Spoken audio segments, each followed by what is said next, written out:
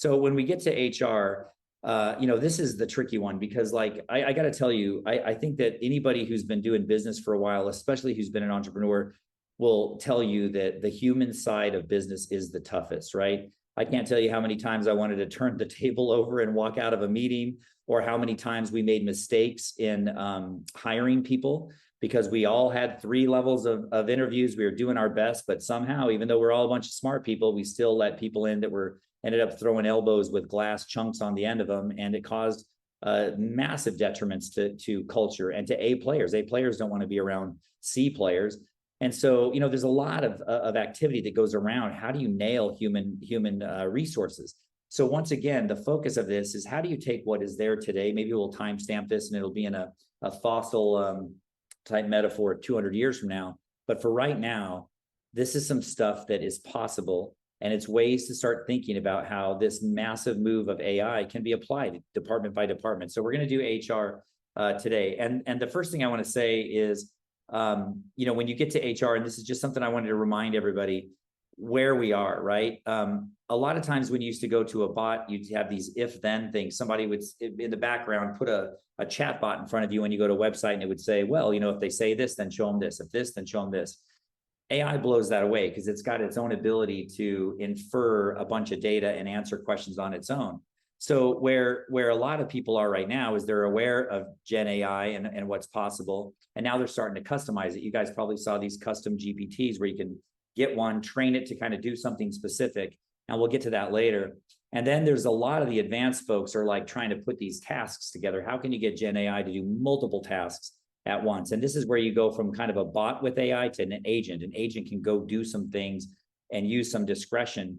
And then some of us, which you're actually going to see tomorrow with some announcements from EPX, are really doing way deeper stuff. This is where you're trying to figure out, how can you, instead of having a bunch of different bots doing things for you, how can you actually have a couple of power bots that can do everything? But guess what? They can also collaborate. They know of each other and they can go do some things together, which really amplifies things. This is kind of where you get to collective intelligence. You're going to actually see the start of this, maybe even tonight a little bit.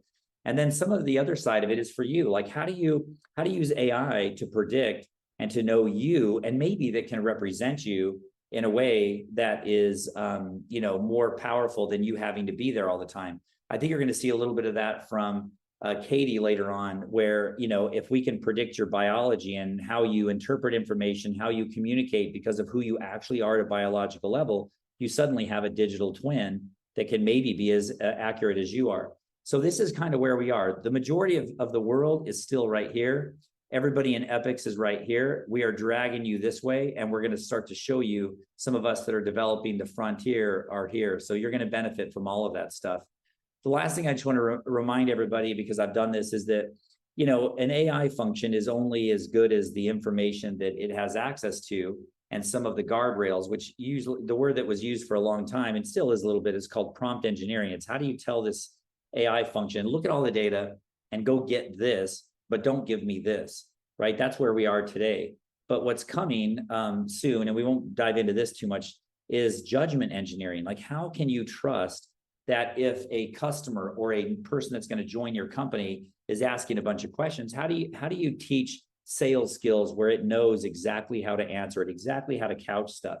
Well, guess what? Even if you were as talented of a salesperson as Kent on this call, or Mark Anthony Bates, who's done a lot of biz dev, there's this sixth sense that these guys have when they're doing biz dev, or they're talking to somebody, or maybe when you're interviewing somebody, that tells you how to slightly articulate your words so that you can sell this person on the dream, or you can maybe start to dig into something without offending them.